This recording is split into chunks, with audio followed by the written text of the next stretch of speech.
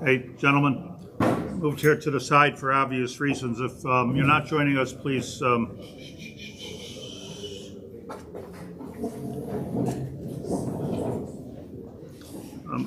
We're in Tzidkas Hatzadik, Os Ayin Zayin, and as an introduction to Os Ayin Zayin, we went on a journey last week to the pre-Tzadik Parshas Yisroi. And I just want to give 2 sentences of sikum. The Gemara says, Ibnei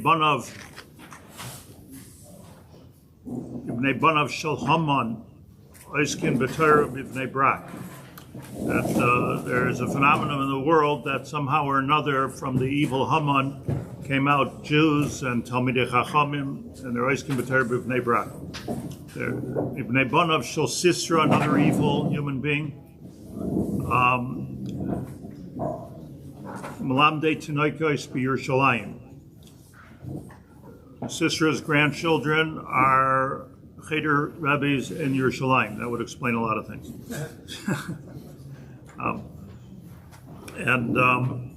Tzadok explains from the Ramah Mipano that the Ran says that who are these Bnei Banav Shel Sisra? We're not going to talk about Haman right now. Who are the Bnei Banav Shel Sisra? Manihu Rabbi Akiva. This is Rabbi Akiva. Rabbi Akiva, the Gemara tells us, simply was a Ben Gerim. We know that he came from a family that wasn't Jewish, but specifically the Ran explains, Rabbeinu Nissen, the Ran explains that where he came from was the cohabitation of Sisra and Yael right before Yael killed Sisra. So amazing that it's amazing as we talked about a lot last week. It's amazing that the founder of Torah Shebeal Peh, Reb Meir's Rebbe, Reb Nechemiah's Rebbe, Reb Shimon Bar Yochai's Rebbe, all of them were Talmidim Akulam Aliba de Rabbi Akiva. Everything they said, they heard from Rabbi Akiva, the Gemara says. And everything they said, they heard from somebody who came from Sisra. So somewhere there in Sisra and Yael lie the seed or the foundation of Torah Shebeal Peh. Hard to wrap our brain around it. This is, as I state, this is the beauty of Torah, that we know all kinds of things. So we know that that's the truth. And we explained last week, why would it be that the Torah Shebeal Peh should come from somebody like Sisra Yael. Yael also wasn't Jewish, nothing Jewish there.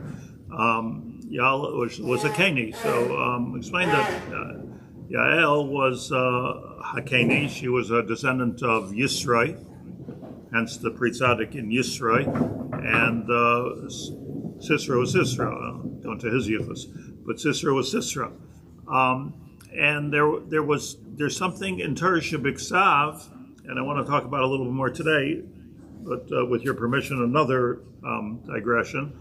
Torah Shebeal comes to us from top to bottom. It's something that comes to us b'Mesorah, and we know exactly what it is. Whatever was canonized in the Torah Shebeal, Yeshayahu was Zechariah Hanavi, obviously Moshe Rabbeinu. This came from Hashem. Hashem spoke to the Navi. Hashem spoke to Moshe Rabbeinu, the biggest of all the Nevi'im, and that's what we have. Torah Shebeal Peh is a bit of a Sitra Achra. Torah Shebeal Peh is designed for us to be able to process, human processing of the information that's available to us. That's what Torah Shebeal Peh is. It takes machlokas. It takes not just Mesorah. It takes great debate. It takes Talmud Bavli to be able to work out what would be the halacha. Rabbi Shmuel Yud Gimel This is Torah Shebeal Peh. Torah Shebeal Peh doesn't come from there. It's based on the Shemayim, but it comes, Ruach HaKodesh, we think, from within. And it doesn't stop with the Ravina and Ravashi, with the Chasimas HaTalmud. Torah Shebeal Peh, the Gemara says this, is Kol Talmud, Sha'asid L'chadish Davar Lifnei Rabbi. Any Talmud that has something important to say and a contribution to make, that's the ongoing Torah. We study the Torah Shebeal Peh of the Tanoim and Amoraim. We are the Torah Shebeal Peh, if we're saying good, we are the Torah Shebeal Peh of the future. So in the Gra, learning the Gra is also Torah Shebeal Peh. Learning Rabbi Akiva Eiger is also Torah Shebeal Peh. And if somebody has a good chiddush to say, that's also Torah Shebeal Peh. What does it mean, the Torah Shebeal Peh? It means that what we're able to, Hashem gave us the kochos. It's kochos haseichel, kochos haneshama, to process. That's why it had to come from Gerim. Because Gerim don't have a Messiah, their father, the grandfather, great-grandfather. They don't have that. What they do have is their own reasoning. And when the reasoning is good, look what I pointed out last week. Look what Yael worked out, that this is really wrong for me to have an affair with Sisera. Even to the Bnei Noach, they understood this is wrong. But she said, I'm going to do it to save Klal Yisrael. So from there we learn, all of us learn a halacha that Aver Lishma Muter. So that's the ultimate in Torah Shebeal Peh. Why is it the ultimate in Torah Shebeal Peh? Because not only it doesn't say it in the Torah, it's a state verkehrt. It's the opposite of what it says in the Torah. The opposite, the Torah says, an HSC shouldn't be with a man. And here, we see Aver Lishma, and it comes up in so many different areas, the idea of Aver Lishma. Not so many areas nowadays, and the reason for that is because the Gra limits us very much. I mean, for obvious reasons, limits us very much to start doing for the end to justify the means. But in concept, I'm talking about philosophically, the end justifying the means is the ultimate Torah Shebeal Peh, and that's where Rabbi Akiva was coming from, this place inside, and that's where his Talmidim were coming from. So that was digression 1. Tangent 2, I want to share something with you because it's Nogeya the Reb Tzadok, and it is Reb Tzadok, and it's also Nogeya the times that we live in, which of course is important to understand a little bit about. I don't understand a little bit about it. It would be silly to start making gematrias and even psukim unless it says an earlier svarim. By the way, that today is the day in the Megillah. That's not me, that's the Chavas Yor, 17th century Gadol Hadar. So that today is the day that there's going to be, it says right in the Megillah, right? Is the day that it's going to be the turnaround of the Gzeirah. So Ken Yehirotzain, it should be true. And there was today's date for many centuries. But maybe this is Well, I want to share with you very serious learning, and Mechila, that I'm going a little bit away. But this is the Ramchal. Oh, thank you. The Ramchal, Noitzers and Ramchal. Turn to the side, page Kuf Hey.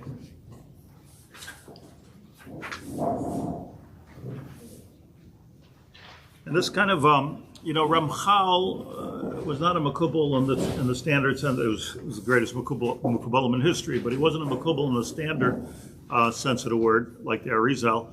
But he explained things. He explained how things work. Ramchal was under the hood, He understood how things worked, and he was himself obviously a young man, genius. Ramchal, by the way, is also a makar of Torah Shebeal Peh. Everybody knows that the Ramchal is buried right next to Rabbi Akiva, and the Ramchal died at 40. And he said about himself, he writes about himself. He says, "Bury me next to Rabbi Akiva, because my 40 years." He said this when he was 31. My 40 years are connected to 40 years of Rabbi Akiva before he became a Talmud Chacham. That's why you go to the kever of Rabbi Kiva and up the hill in Tiberia. Right next to it is a kever to Ramchal, because he said I'm those 40 years, the Gilgul of those 40 years. So you talk about Torah Shebeal Peh and how it works. It's quite amazing. So this is the Ramchal. The Ramchal is on the pasuk. Obviously, no coincidence.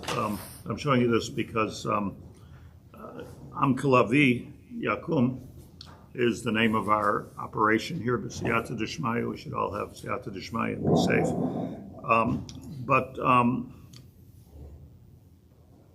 What Bilam said is, Hein Am Kalavi Yakum Uka'ari Yisnaseh Lo Yishkav Ad Yochel Teref V'dam Chalolim Yishteh.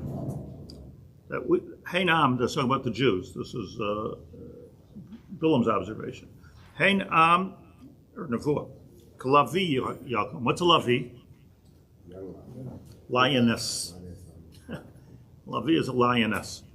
A lion is a lion. His wife is a lioness. So Aryeh and Lavi. Kibbutz Lavi means lioness. In part of the Tanakh, Lavi is also called a smaller animal, and according to the Radak, it could be also a Zachar, not a Nekeva. But the one in the Torah here is talking about the Nekeva. By the way, if you just because I grew up across the street from the zoo, so I'm a 9-year-old biologist, not a biologist, zoologist. The lion and the lioness. The lion is a real lion is exactly double the size of a lioness. And so like it's a mushal in the Torah. It's a mushal to a very small, relatively small type of a lion family, like a big cat. It's a very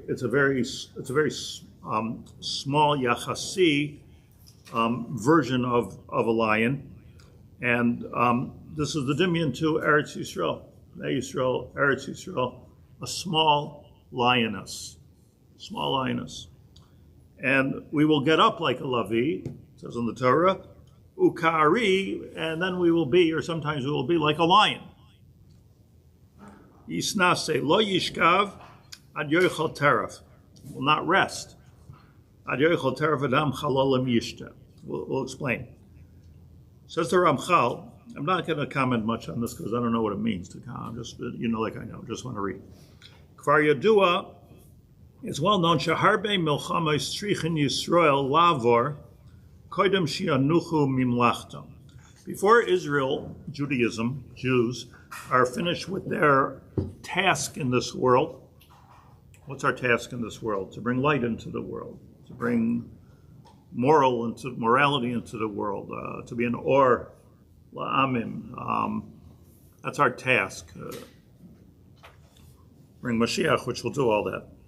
The Gula. Kvar Yadua Shaharbe Milchamais. It doesn't just happen. If Hashem wanted that to just happen, it would just happen. No. It's preceded, our light coming out is preceded. Shaharbe Milchamais Strichen Yisrael Lavar Koidem Shianuchu Mimlachtam. HaMilchama Achra. Read the Tanakh. You'll see all the wars that we went through for Eretz Yisrael. It's very interesting that just while I'm here that the war, the Purim story, is a war in Chutz La'aretz. It was a defensive war in Chutz La'aretz. Not sure how trained we were to defend ourselves. It was a miracle in Hapachu. But that was a defensive war in Chutz La'aretz. We're in Eretz Yisrael now. He's talking about the wars in Eretz Yisrael. So he says, "Hamilchama achrayna, milchemes Gog Umagog." The final war, and this is really taking all the confusion out of Tanakh, and it's still confusing, but he's saying something. The Ramchal's teaching something here. What is Gog and Magog? We all keep talking about Gog and Magog. Gog and Magog. So what is Gog and Magog? Nobody really knows. I can tell you one thing that Gog is not a place. and Magog is not a person. Gog and Magog is a type of evil. It's a type of evil, according to our Messiah. There are people that work on who's called Gog, who is Magog. They talk about this. It's not Gog and Magog. Gog and Magog was probably the leader. So is that talking about any specific place according to the Messiah's Chazal? According to Messiah's Chazal, it's talking about a evil force associated by the Chazal at the time with Bavel, associated with Asia Minor, and the different, but it also refers to those that do not want Eretz Yisrael or the Jewish population Eretz Yisrael to exist. The final war, he says, is Gog and Magog. That's what that's all about. Sha'az, and it's in that war that the Torah is talking about, Az Yisrael Yakumu Ke'ari Ukilavi.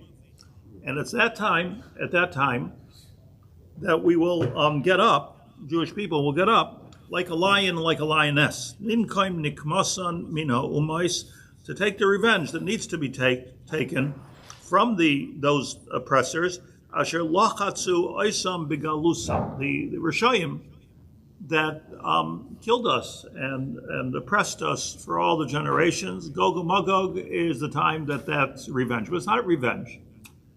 It's cleanup time. That's what Gog and Magog is.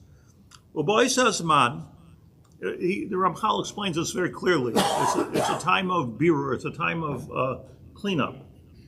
Osa Azman, during that time, Harbe Yiyu Sheishtabdu Tachas Yisrael. Many people and nations will come and say, okay, we're going not only to support Israel, but we'll follow you. Yishtabdu Yisrael. The individuals, Hemiyu Gerim Gerurim. They will be Gerim Gerurim. You know, one of the translations of a ger is a stranger. We know a convert, but a stranger. Why is a convert called a ger? V'haftem as a ger. Ki Gerim Hayisam Be'eretz Mitzrayim. So one of them is a stranger, and the other one is a Grurim, Lashon Grurim. It's a machlokes in the Rishonim, even what Grurim is, and they both bring Chazal and Sifrei. So Grurim means that you're not geschlept, like you're pulled. So Gerim Grurim is our people like the Erev Rav that said, we want to be part of this miracle. There will be those, and they will become Gerim Grurim. But you may have, but that's not everybody. Even in the Milchama of Gog and Magog, you may have gam kein shiyazidu la'aloisu li'ilachim im Yisrael. There will be those that will say, no, we're not going to allow this to happen, and we're going to make war with Israel. We're going to put Israel down. We're going to make a war. So there are those that get it and those that don't get it. Those that get it, says the Sey Chazal, and the Ramchal interprets for us, those that get it will become Gerim Kurim, the Seder. And we're Makabal Sager, Haftam Sager, we like Ger. No problem. We're not looking for them though. But there will be those nations, says the Ramchal, Sheyazidu Lalois Ulihilachem Im Yisrael. Vilahem Namar, and to them it is said, Vayetze Hashem v'nilcham b'goyim hahem. You are doing war with Hashem. You're not doing war with the land, with the government, with the politics, with the tzahal, with anything. You're doing you're doing war with Hashem. Vayetze Hashem v'nilcham b'goyim hahem. B'goyim. V'zehu, and that's the reference in the pasuk of Hein Am Klavi Yakum Ukari Yisnasa. And here, somebody really understood animals. What's the difference in the koach of the Ari and the koach of the Lavi? What does the Lavi do? So he says, Kach tivei shel Ari. Let's talk about lions. A lion, we can imagine Bilam on a mountain looking at this nation.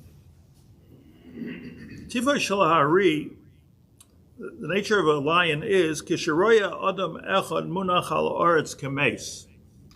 That if the lion sees somebody who's dead in the ground, Az Meser Asim, and the lion walks away. Lion's not interested, apparently, in starting up with dead people. If you happen to see a lion in the street, play dead. Az Meser Asim, and it'll walk away. Aval. Kisharoya Sharaitza Lis Garesimai, when the lion perceives a threat and says, oh, you want to fight with me? Hoylech olav umapiloi ad afar.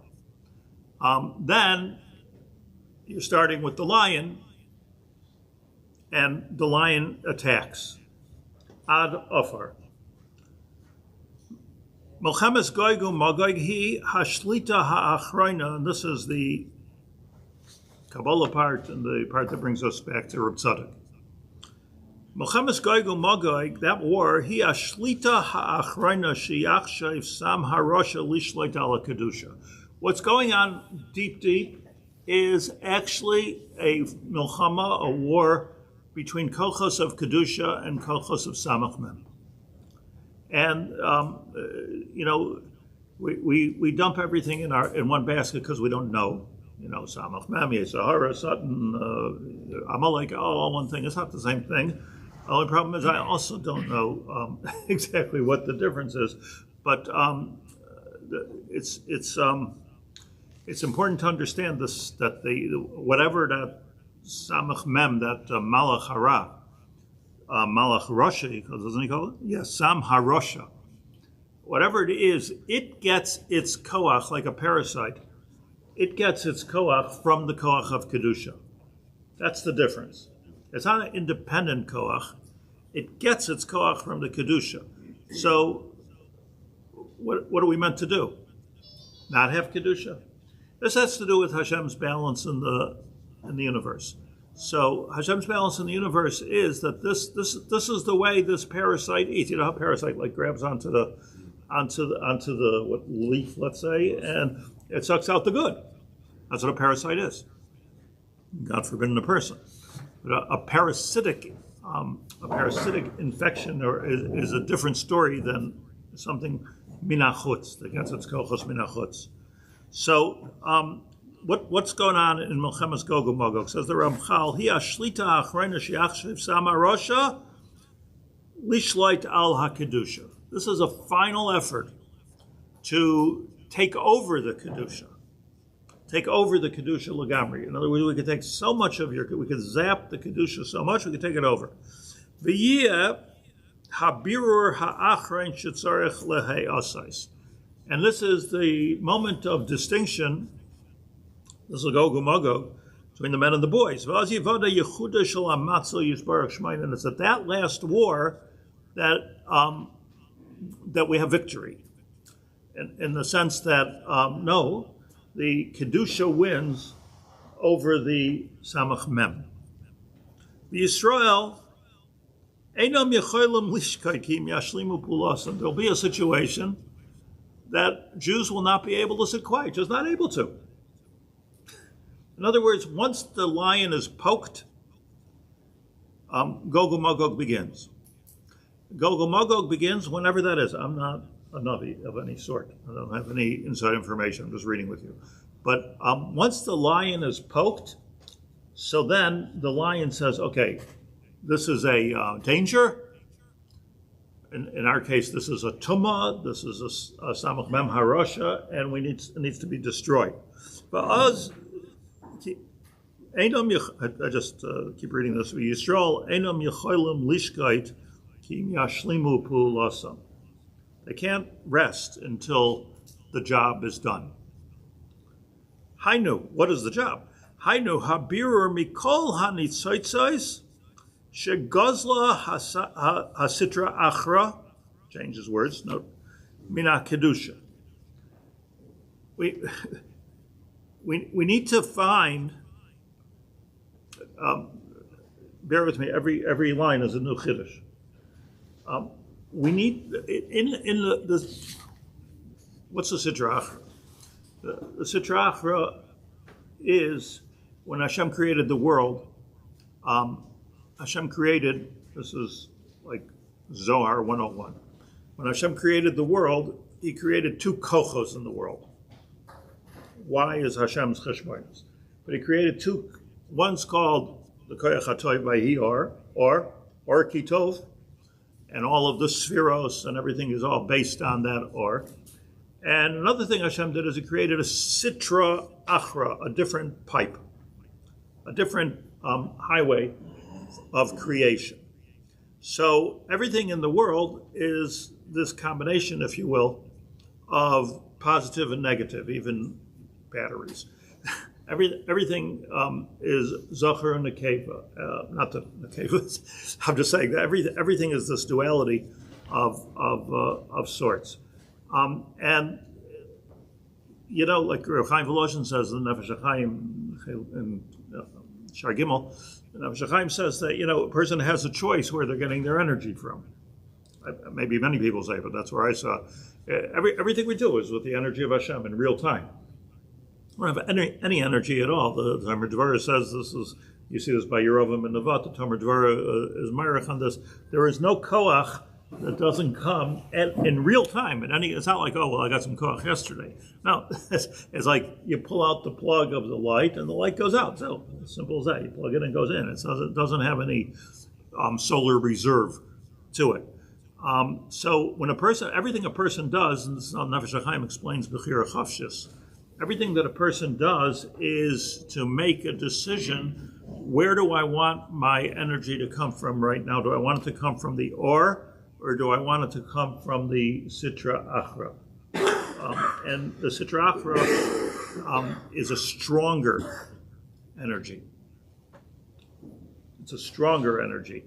And that's why people seem to have a lot more energy when they're riding in LA or something than the Yetzer Hara is a stronger, more energetic koach than, because the Yetzer Hara is all part of that Sitra Achra story.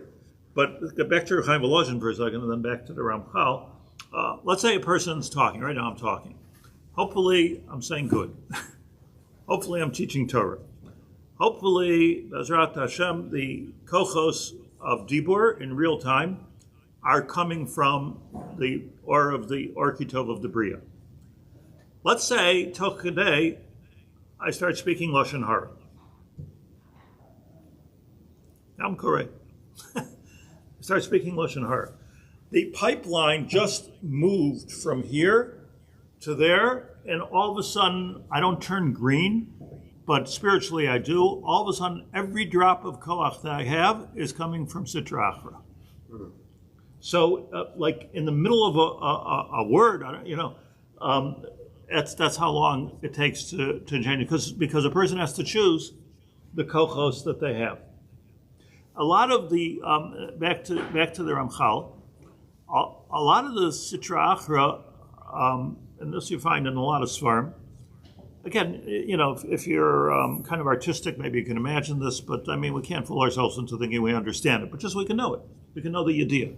The Sitra Achra is full of nitzotzos toivos.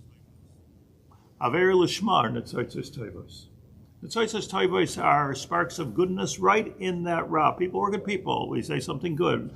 Lashon hara l'toelas, according to Reb Tzadok, is a nitzotzos Sitra Achra.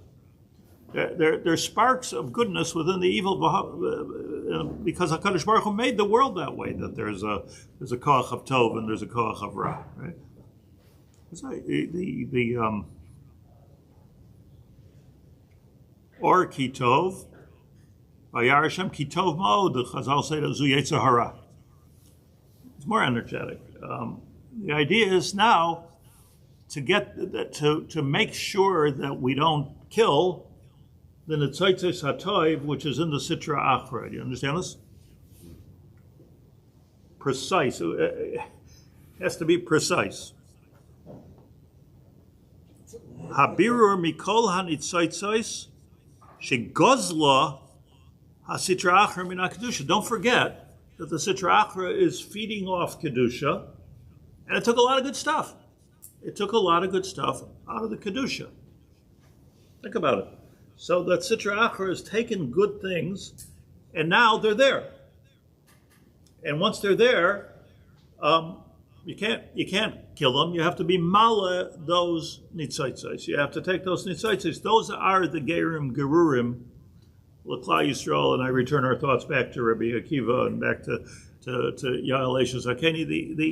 These are the good people that got caught up in the Sitra Achra because it was kilo stolen, if you will, from the Shar Kedusha. That's the feed. The feed is, and you don't get rid of. You ever hear like there's some people don't learn Torah Shebeal Peh at night. You ever hear such a thing? So I think the Gra said that you can learn Torah Shebeal Peh at night. I would learn Tanakh anytime, but you say Tilim. A lot of people don't say Tilim at night. I remember once, I'll tell you a story that I used to learn in Avat Shalom. It was the kolol of Rav Yaacov Hillel. And Rav Yaacov Hillel was actually my afternoon chaver, so I didn't learn any Kabbalah with him. I learned Masechta Shabbos Bameh Madlikin. That's although he had a Kabbalistic take on that too. Bameh Madlikin. But I know him, and there was Rav Yaacov Hillel's brother-in-law who's been in the shul here was Rav Avraham Ochana. So Rav Ochana is a Gaon Adir. Do you know him, David? He has a chabura in Wolfson. He lives right next door to Wolfson. He has a chabura there, and today an old Sephardi, but he was like my Rosh Kolo. And his father, who was the Rav, this is all just information. His father, who was the Rav of Kiryat Shmona, old Sephardi rabbi who spoke Hebrew, certainly couldn't speak anything else, an old Moroccan rabbi, big Makubal, big Talmud Chacham. And I'm sitting next to him, I'm learning in Avat Shalom. He was learning there. He was at that time, I'm talking about now, 45 years ago, he was 80. I'm talking about a long time ago. So I said to him, what's this not learning Tanakh at night because it kills, it destroys the Sitra Achra. So I said to him, it sounds like a good thing to destroy the Sitra Achra. Why don't we want to destroy the Sitra Achra? I was like, we should have Starm and Tanakh at night. And I just like his answer always regular by mind. He says, Lama lahashchit ma she'Hashem bara? Sitra Achra is part of the Bria. That's not we want to destroy it for. And that became very fundamental to me because, it feels almost like taking too many antibiotics. You know, you got to start taking some probiotics or some prebiotics or just eat mud or something. Just get some bacteria into your system. You know, but yogurt. You know, it's too clean.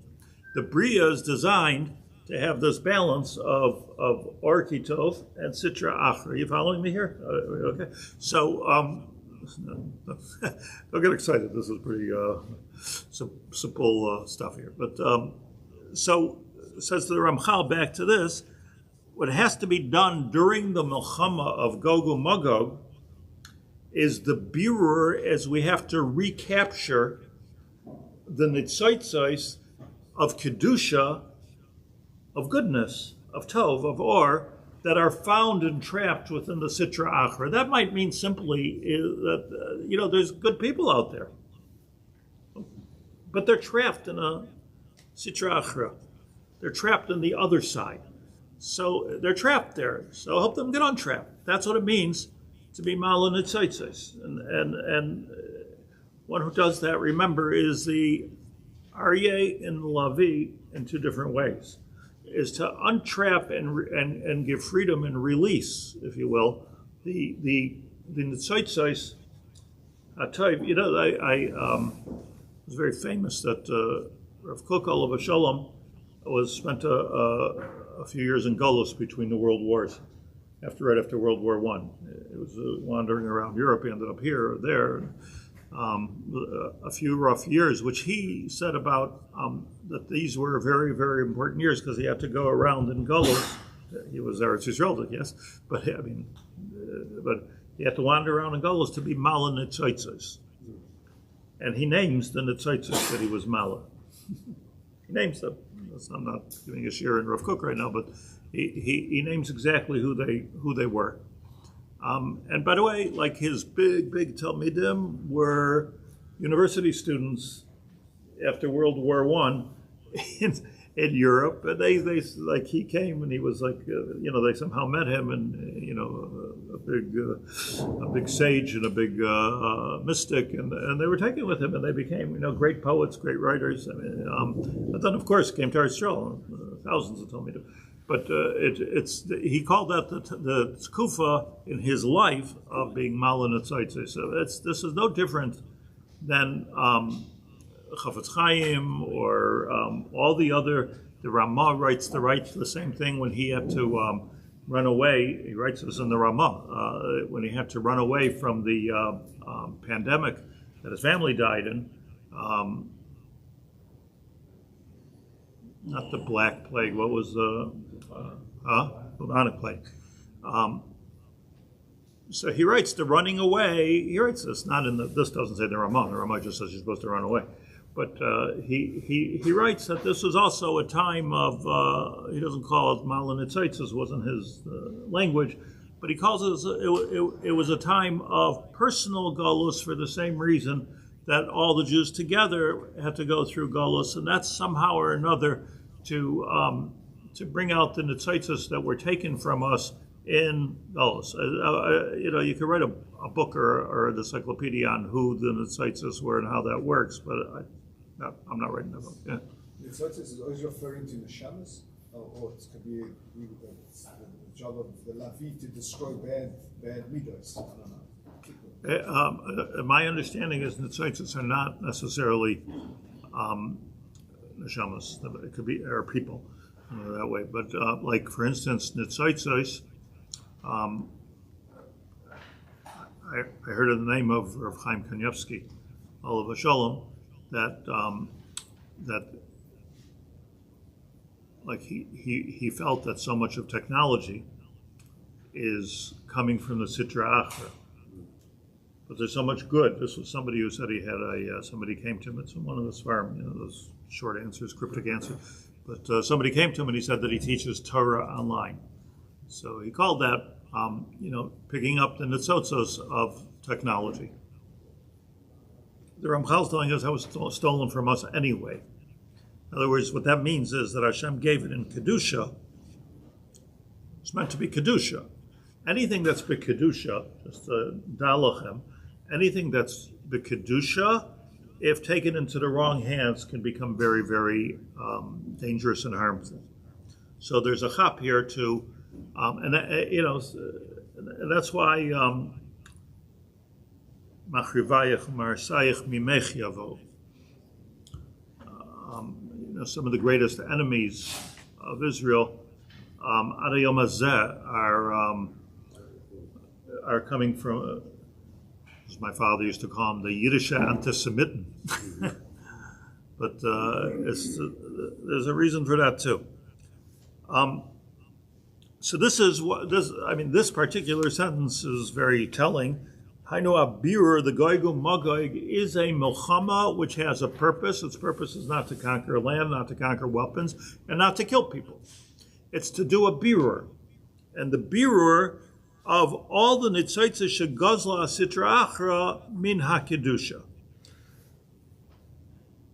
Look at the Mefarshim and just give you a marmakam on Yesh Chachma Bagoyim. Fascinating Maral explains. Yesh Chachma Bagoyim is a recapture, if you will, of the Chachmas HaTorah. Interesting. Birurim should be understood as recapture it or releasing, as opposed to like calling sorting out. Birur means to sort out, like borur. V'zeu, and what will happen here is lo yishkav ad yochel terav. This lion that was poked, that would be us. The lion that's poked, who will leave a non-threatening being, just leave it.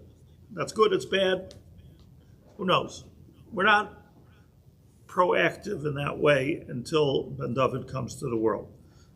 We're not only defensive, just like a halachic idea, we're not only defensive, but we're also counteroffensive. Rav Soloveitchik called it counteroffensive. So counteroffensive is that called, tzava hagana Yisrael.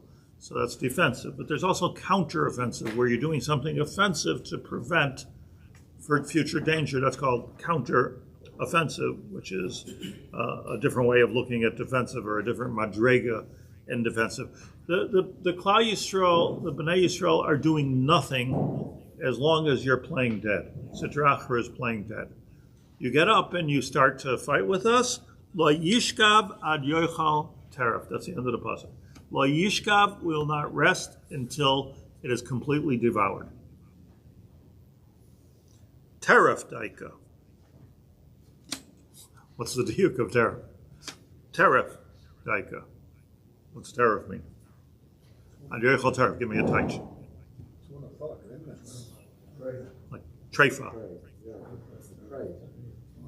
That which was preyed, meaning that which was attacked, and then devoured. We're also using the lotion of support. Hashem gives us our strength, our sustenance. What are you saying? Oh, we have something to eat, you mean? Yeah. What is dam chalolim in the pasuk? We have biblical scholars here. What's the translation? What? Dam shapirish. What does it mean? Dam chalol means the dam of dead people, I guess. Dam chalolim. But it's interesting that the dam chalolim yishta sounds gross. Dam chalolim yishta. So I just want to say translation here that. A cholol is a dead body, and it's called such because it has no neshama left. It has no nefesh, has no ruach. It's an empty keli, a halal, kind that people like to build into in Bet Shemesh. Halal. A halal means a empty space which should not go wasted. So when you talk about dam chalolim yishta, is that it will be so devoured that it's considered a cholol. It's considered a cholol. There is, by the way, in Hilchos Shabbos and Shin Chav Ches, the Shulchan Aruch is machalik between what you'll do on Shabbos, what not, between a makkah and a makas cholol. A makkah that can cause you to be a cholol. An infection, God forbid, spreads, you can die. So you're allowed to be machal Shabbos. So cholol is without an neshama. Dam chalolim. So here's the Ramchal take on dam chalolim. Hainu klipas noiga shemura batoy vera. Klipas noiga is very cool. What's a klipas noga? So here we have a new idea. Klipa. You want to say something? Interface between. Whoa, computer guy you are. Interface. It is the interface between two. Yeah, on the edge there. Yeah, but it's noga means it's lit up. So I've explained this before. There are in the Tanya and beginning, and in Perek Chav Zayin and then Lamed Hey. There are. We know that there are shalosh klipos hatmeyos by the goyim. Shalosh klipos hatmeyos, and then there's there's three klipos. A klipa means like a klipa of an orange. Yeah, but it's an obstruction to eating it. Yes. So.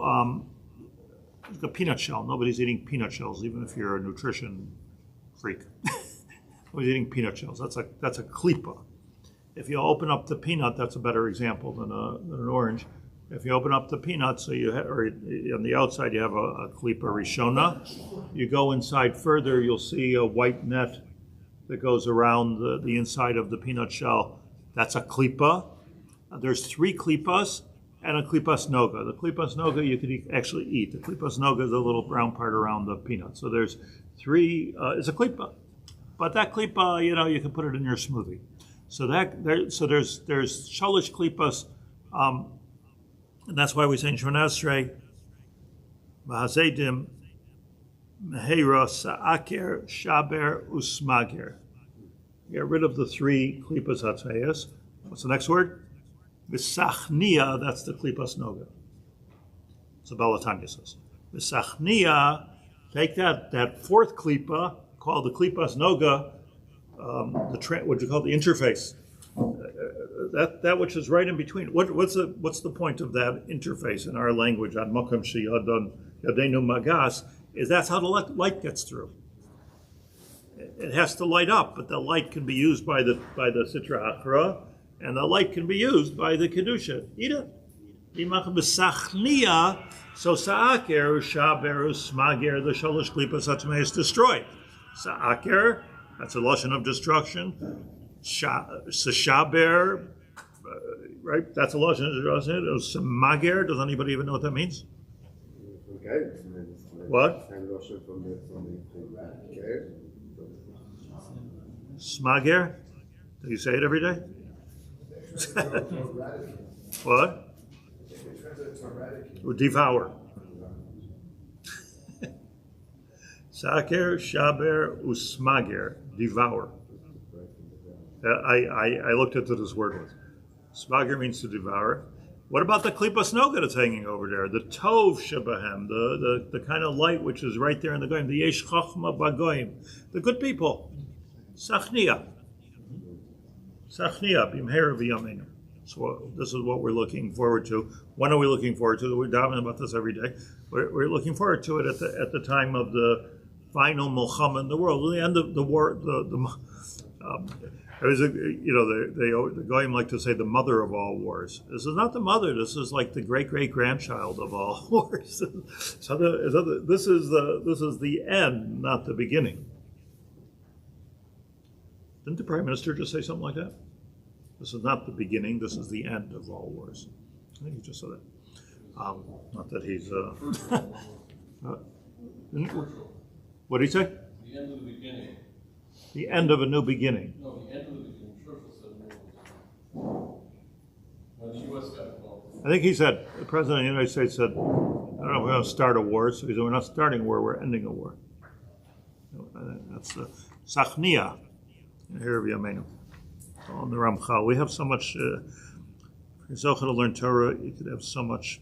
The nikras hadam shel haklipos ha'acheros lefishi ha'machaya oisam. The dam, get rid of the dam. That's that which feeds the, makes the chalolim keep them alive. So therefore we say dam chalolim yishta. That has to also be devoured because kol zman sheyesh kitra goizelas ha'oros min ha'kedusha. Because what's happening is that the kozman sheyesh kitra goizelas ha'oros min hakedusha u'mevia oisam l'sitra achra. They're stolen by the other side. Ubizman hatikun lokachas hanitzotzes min sitra achra. So what's happening at this final Gog and Magog war is we're grabbing the nitzotzes back. U'mevia oisam l'kedusha. We're bringing them and we're making them. These are the gerim, gururim, and the technology, and the knowledge, and everything that's good, that's hidden amongst the goyim. They got what to tell us. Maybe it's medical knowledge. Maybe it's who knows what. It's all coming this way to be used latov instead of trying to make instruments of mass destruction.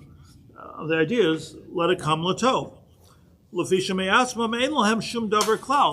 have to remember that they don't have anything of their own. It's all taken from the Kedusha to begin with. Anything good are the Netzotzes which came from Kedusha. Follow this carefully.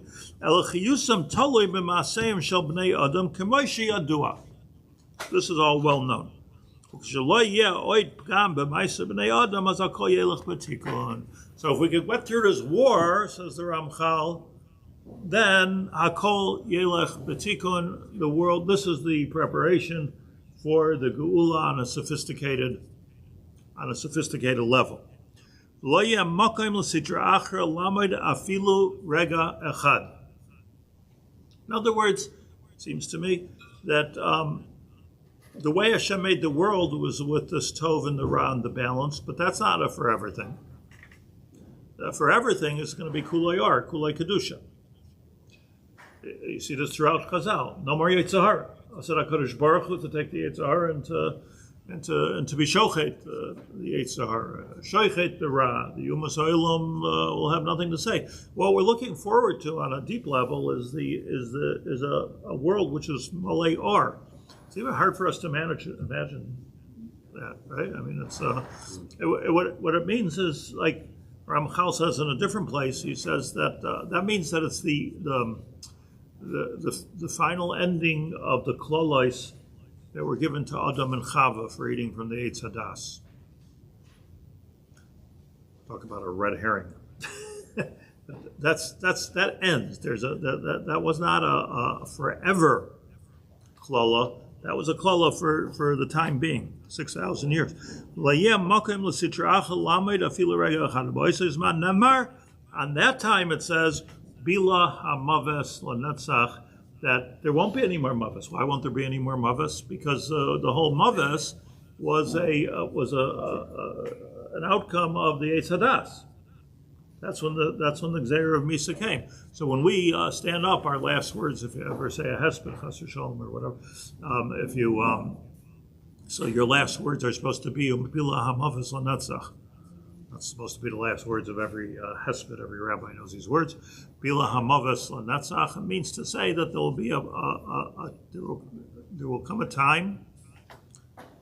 There will become a time that the gzeiros of Gan Eden, or the klolos of Gan Eden, will be, their time will be up. In summary, there will come a time when all the birurin will be made, where the shalosh klipas hatmeus are destroyed, devoured, like an Ari does, and that will only happen when the Bnei Yisrael is poked. Interesting. I guess it's like Torah Shebeal Peh. has to be provoked for some reason. We don't create chaos because we don't know if it's the right time to create chaos, but when we're poked, so that's what a lion does.